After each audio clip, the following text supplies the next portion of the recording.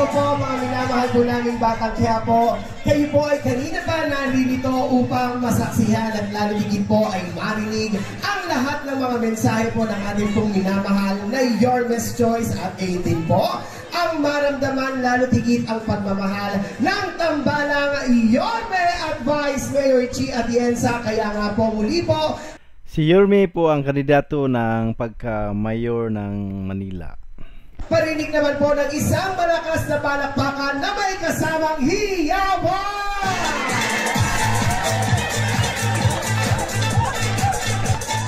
Subukan natin.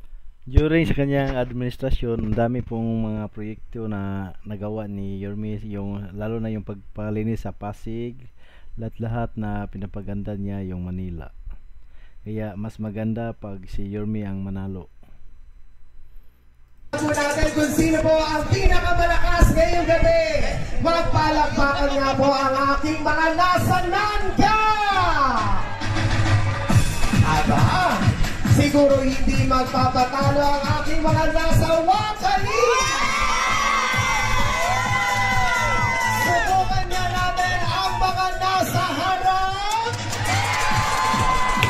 Ibang-iba talaga ang power ng ating mga minamahal na taga-Distrito 3. At syempre, alam ko po at ramdam na ramdam ko na rin po na talagang lahat tayo ay sabik na pong marinig ang tinig ng ating pong pinakahihintay ang talaga namang minamahal nating ikalawang Pangulo. Muli po mga minamahal ko pong mga taga-Distrito 3, ang taus-pusong pasasalamat po sa inyo. Maraming salamat po mga taga-Distrito 3. Handang-handa na ba kayo? At sa mga pagkakataon po ito, isang malaking karangalan po ang ipakilala ang isang leader na kahit kailan ay hindi tayo iniwan sa gitna ng laban natin sa pandemya. Ang batang galing sa hirap, nagsumikap. Ang batang Maynila, Yorme Isko Moreno!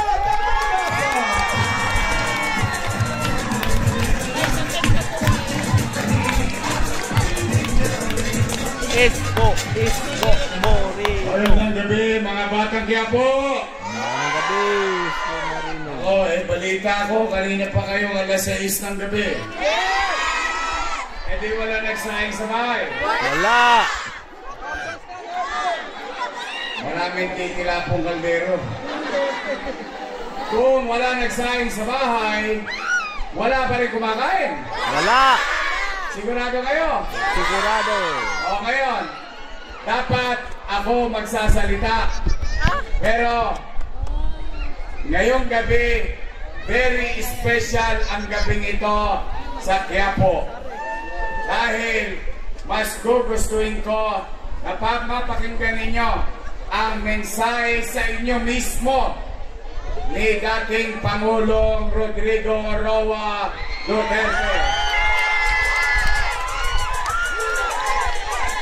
Nadadalhin sa atin ang mensahe na yan ng kanyang maganda at magaling na anak, the Vice President Sara Duterte.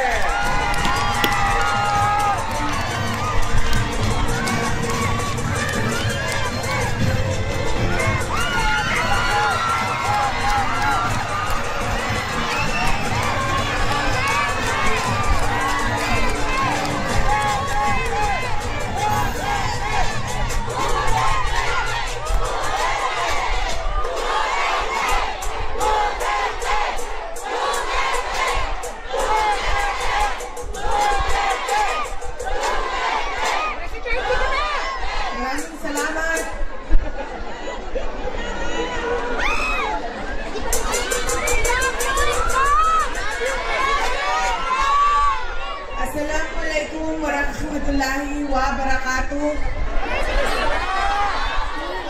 Madayawang mayong gabi kaninyong tanan. Magandang gabi sa inyong lahat. Unahin ko po muna ang aking mga pagpapasalamat. Nagpapasalamat tayo sa ating babalik na Mayor Isko Moreno Dumagoso sa kanyang pagpapahiram sa atin ng stage, ng ilaw, ng kuryente, ng mikropono para mapaabot sa inyo ang aming mga mensahe ngayong gabi na ito. Pangalawang pagpapasalamat ay sa inyong lahat, mga kababayan, dahil marami sa inyo ang hindi pa kumakain, hindi pa nagluto, pero nandito galing pa sa trabaho, pero nandito kayo para makinig sa amin at sa aming mga mensahe para sa bayan. Maraming salamat po sa inyong lahat.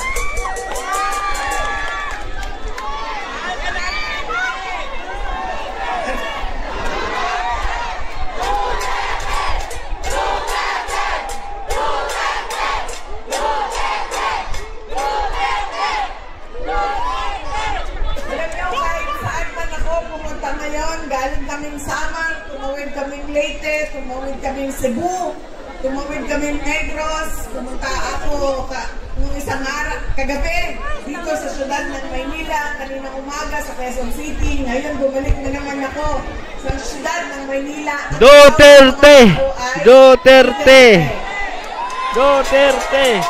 Duterte! Duterte!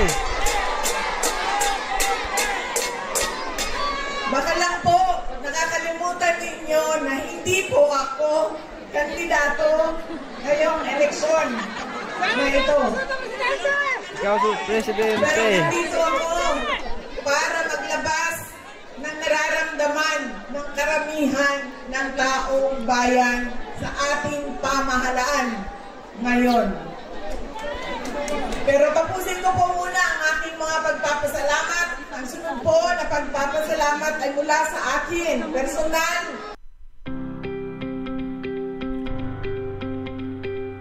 Mga kasamahan ko at sa aming opisina sa tanggapan ng pangalawang Pangulo sa inyong patuloy na suporta at pagtitiwala sa aming lahat. Maraming salamat po sa inyong mga kababayan. Duterte! Duterte! At ang huling pagpapasalamat ay mula po sa pamilya namin, ang pamilya Duterte. Napakalaki ng utang na loob namin sa inyong lahat sa pagkakataon na ibinibigay ninyo sa amin na makapaglingkod sa ating bayan. Naku, kaayo ang amuang utang na kabubutong kaninyong tanan sa oportunidad na inahatag ninyo kanamo ng mga makaserbisyo sa ato ang nasod. Daghan kaayong salamat. Daghang salamat.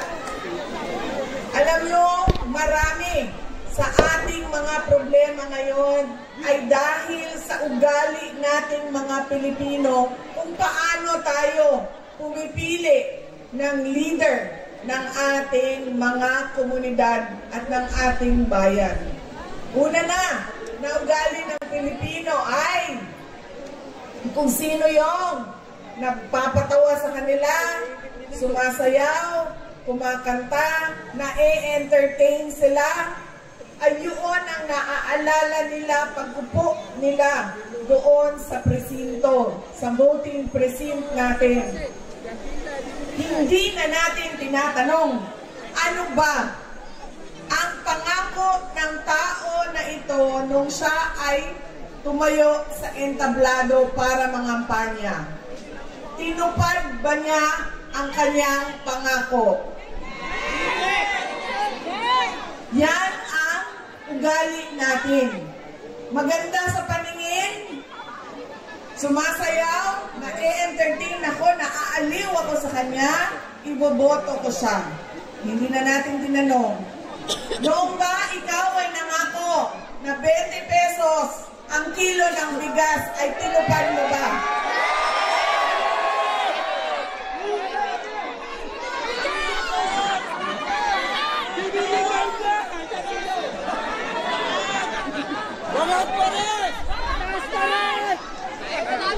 Pangako noong taon 2022 na kampanya, 3 taon kinalimutan at ngayon may darating na naman na halalan. Meron na naman tayo kuno 20 pesos na bigas doon sa Visayas.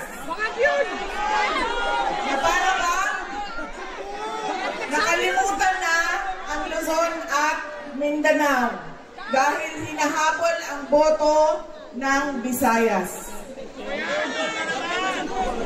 Yan ang ugali natin. Hindi na natin tinatanong, tumayo ka ba? Binigay mo ba yung pangako mo? Pangalawang ugali ng mga Pilipino sa pagpili ng kanilang mga leader. Galing sa pamilyang mga politiko, galing sa sikat na apelyido, na endorso ng sikat at mahal natin na tao ay automatic ang boto natin. Hindi dahil Duterte yan, ay automatic ang boto ninyo. Dapat tinitingnan din ninyo ano ba ang kapasidad at abilidad ng tao na ito. Duterte ka, pero ano ang kaya mong gawin para sa bayan? Kailangan ko banggitin na ang congressman ninyo dito sa distrito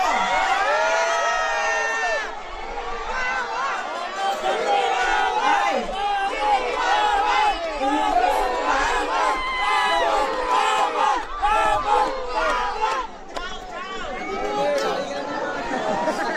yan. Ang sample na automatic yung boto natin, sikat, endorse ng sikat, galing sa pamilya ng mga Duterte, boto natin yan. Ganyan ang ugali nating mga Pilipino. Alam nyo, yung congressman nyo, si Joel Chua ba yun?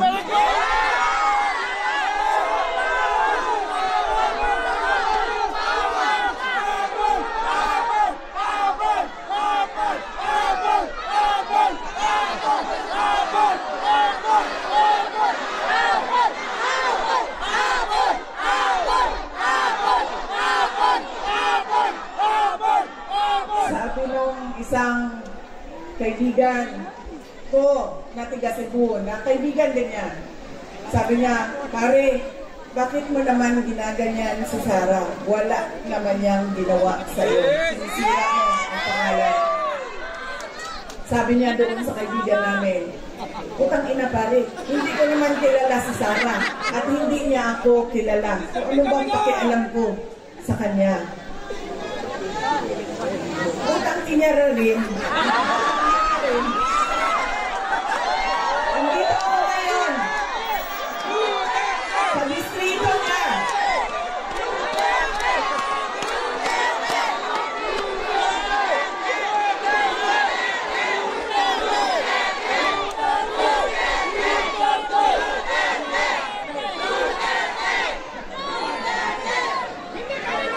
Nagpapakilala ako sa inyong lahat. Ako, si Sara Duterte. Kaya ko makipag-away sa kanal.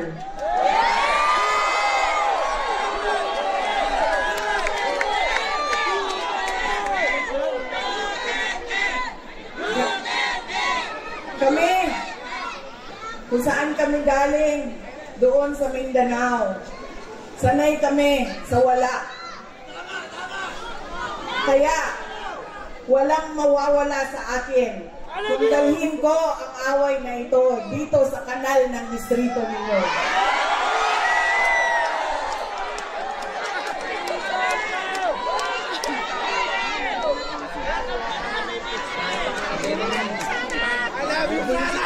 Mga sis, saan kayo galing?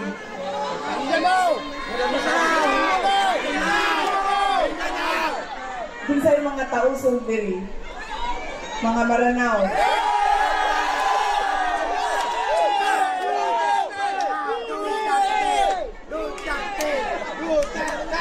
Bisaya! Bisaya!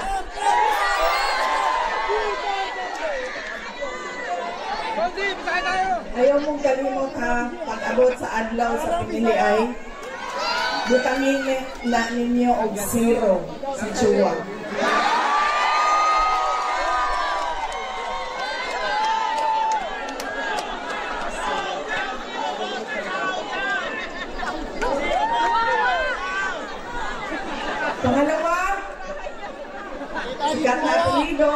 pamilyang politiko, gali ng mga Pilipino sa pagpili ng kanilang mga leader. Kung sino yung may pera at bumibili ng boto, ay binibigay natin ang ating pagkatao sa kanila.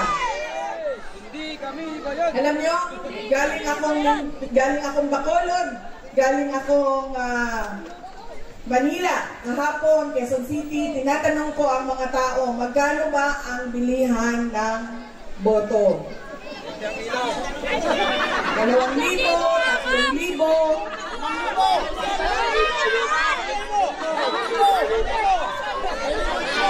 meron pang bilihan ng boto na tawag ay tupad, akap, ait, maip, ginawa ng legal ang pagbibili ng pagkatao ng mga kababayan natin. Yan ang ugali natin. Kung sino yung magbabayad, bibigay ko sa kanya ang boto niya. Tanggapin natin ang pera. Bakit hindi? Galing naman yan sa gobyerno. Hindi na, ibibigay ko yung buong paa ko sa inyo kung merong politiko nagbibigay ng pera na galing sa bulsa niya. Lahat yan galing yan sa pondo ng gobyerno. Buwis natin yan. Tax natin yan na binabayad natin. Tanggapin nyo ang pera. Pero, pag-isipan nyo, dapat ba itong tao na ito na maging leader ng aming komunidad? Dahil, pag binibigay natin ang boto natin, at hindi natin pinag-iisipan ang ating shade na pangalan, babalik na naman tayo doon sa hindi ko na kailangan ibigay ang pangako ko sa inyo habang ako ay nangangampanya dahil binayaran na kita para sa boto mo. Ano pa ba ang obligasyon ko sa iyo? Bayad ka para bumoto sa akin. So bakit pa ako magbibigay ng tama at totoong serbisyo? Kami doon sa syudad ng Davao, hindi kami naglalagay kailanman ng budget na pambili ng boto. Alam mo anong nangyayari sa Davao? Yes, ma'am. Ang mga taga-Marawi, naa sa Isla Verde, naa sa Boulevard, buboto sila sa umaga sa Davao City. Dahil buboto sila para sa mga Duterte. Tapos, babiyahe sila papuntang Marawi, Maguindanao, Cotabato City dahil buboto sila para sa bayaran doon. Diba? Truck kayo na bumabiyahe panahon ng halalan para kumuha ng pera sa mga kapitbahay. Mga flying voters, ilang beses ko na yan sinabi sa COMELEC. Kailangan automated ang listahan ng mga tao. Dahil kung hindi ninyo ginawa yan, at hindi ninyo biometrics yan, ganyan lagi ang kultura ng ating halalan. Boboto dito, lilipad sa Bulacan, boboto doon, tatanggap. Ganyan sa amin. Hindi kami nagbibigay. Boboto sila, sa umaga, pabiyahe sila, tapos boboto sila doon sa kapitbahay namin. Doon kasi may bigayan ng pera. Yan ang nangyayari sa atin. Sabi ko nga, walang problema. Kunin natin ang pera. Pero pag-isipan natin ang ating mga leader. Dahil yan ang kinabukasan. Yan ang magdadala sa atin sa tama o maling kinabukasan ng ating bayan. Alam niyo, masakit sa akin yung pagbibili ng boto. Dahil nga, nawawala yung respeto ng tao sa isa't isa. Nagiging transaksyon. Mahalin mo ako, bayaran kita. Pag hindi mo ako bayaran, hindi kita mamahalin. Nagiging transaksyon ang ating mga relasyon sa ating mga kababayan. At masakit sa akin dahil sino ba at kaninong boto ba ang binibili ng mga politiko? Sa mga mayayaman ba?